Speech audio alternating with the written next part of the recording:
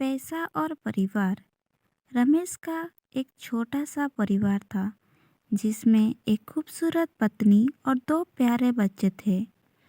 उसकी पत्नी और बच्चे हर हाल में खुश थे, लेकिन रमेश उन्हें जिंदगी के सारे ऐशो आराम देना चाहता था और इसके लिए वो प्रतिदिन 16 घंटे से भी अधिक काम किया करता था। दिन भर ऑफिस में काम करने के साथ साथ वो सुबह और शाम ट्यूशन सेंटर में ट्यूशन भी पढ़ाया करता था। वह सुबह सुबह घर से निकल जाता और आधी रात के बाद घर लौटता था। बच्चों के लिए उसका चेहरा देखना मुहाल था, क्योंकि सुबह सवेरे उसके घर से निकलते समय बच्चे सोते रहते और देर रात घर में कदम रखने के पहले ही सो चुके होते हैं।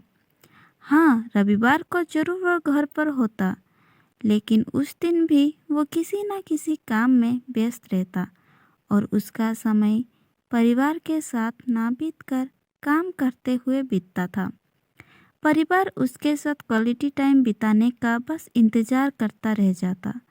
पत्नी अक्सर उससे कहा करती कि उसे घर में वक्त बिताना चाहिए, बच्चे उसे बहुत मिस करते हैं। उस वक्त वो यही जवाब देता कि ये सब मैं उनके लिए ही तो कर रहा हूँ। बढ़ते घरेलू खर्च और स्कूल का खर्च के लिए मेरा ज़्यादा काम करना ज़रूरी है। मैं उन्हें एक अच्छी ज़िंदगी देना चाहता हूँ। रमेश की यह दिनचर्या बरसों जारी रही। वो यूं ही परिवार को अनदेखा कर कड़ी मेहनत करता रहा। इसका प्रतिफल भी उसे मिला। उसे पदोन्नति प्राप्त हुई, आकर्षक वेतन मिलने लगा। परिवार अब बड़े घर में रहने लगा। खाने पीने और अन्य सुविधाओं की उन्हें कोई कमी ना रह गई। लेकिन रमेश का यूं ही काम करना जारी रहा। वह अधिक से अधिक पैसे कमाना चाहता था। पत्नी पूछती कि आप पैसे के पीछे क्यों भाग रहे हैं?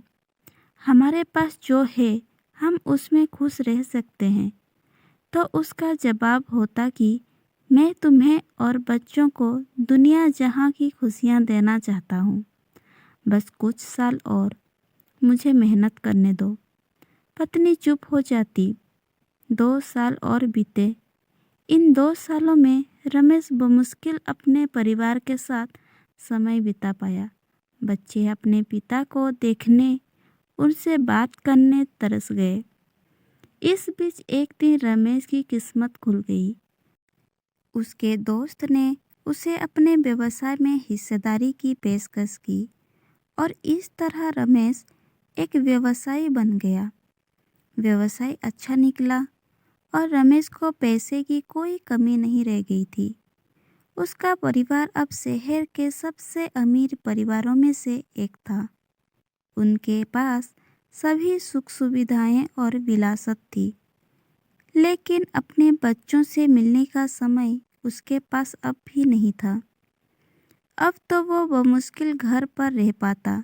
उसका अधिकांश समय शहर से दूर बिजनेस टूर में बीतता था। सालों गुजरने के साथ उसके बच्चे बड़े हो गए। अब वो किशोरावस्था में पहुंच गए थे।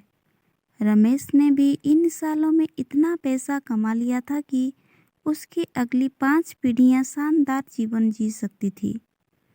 एक दिन रमेश के परिवार ने छुट्टी बिताने समुद्र तट स्थित अपने घर जाने की योजना बनाई। बेटी ने उनसे पूछा, पापा, क्या आप एक दिन हमारे साथ बिताएंगे? रमेश ने जवाब दिया, हाँ जरूर।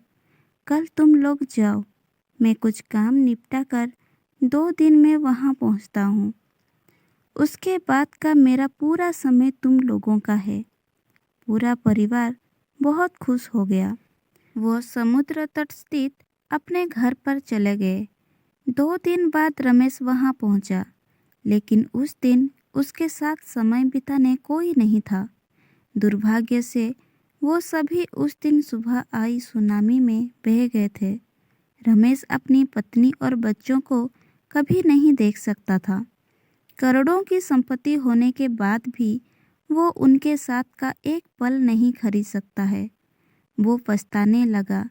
पत्नी के कहे शब्द उसे याद आने लगे। आप पैसों के पीछे क्यों भाग रहे हैं? हमारे पास जो है हम उसमें खुश रह सकते हैं। दोस्तों, पैसा सब कुछ नहीं खरीद सकता, इसलिए पैसों के लिए अपने परिवार को महत्व देना कम मत करें। पैसा खो देने के बाद फिर से कमाया जा सकता है, लेकिन अपनों को खो देने के बाद दोबारा वापस नहीं पाया जा सकता। कहानी अगर अच्छी लगी तो लाइक ज़रूर करना। इस कहानी के बारे में आपका क्या राय है, कमेंट करके हमें ज़रूर बताइए। ऐसे ही कहानियाँ सुनने के लिए हमारे चैनल को सब्सक्राइब करना ना भूलें। कहानी सुनने के लिए बहुत बहुत धन्यवाद।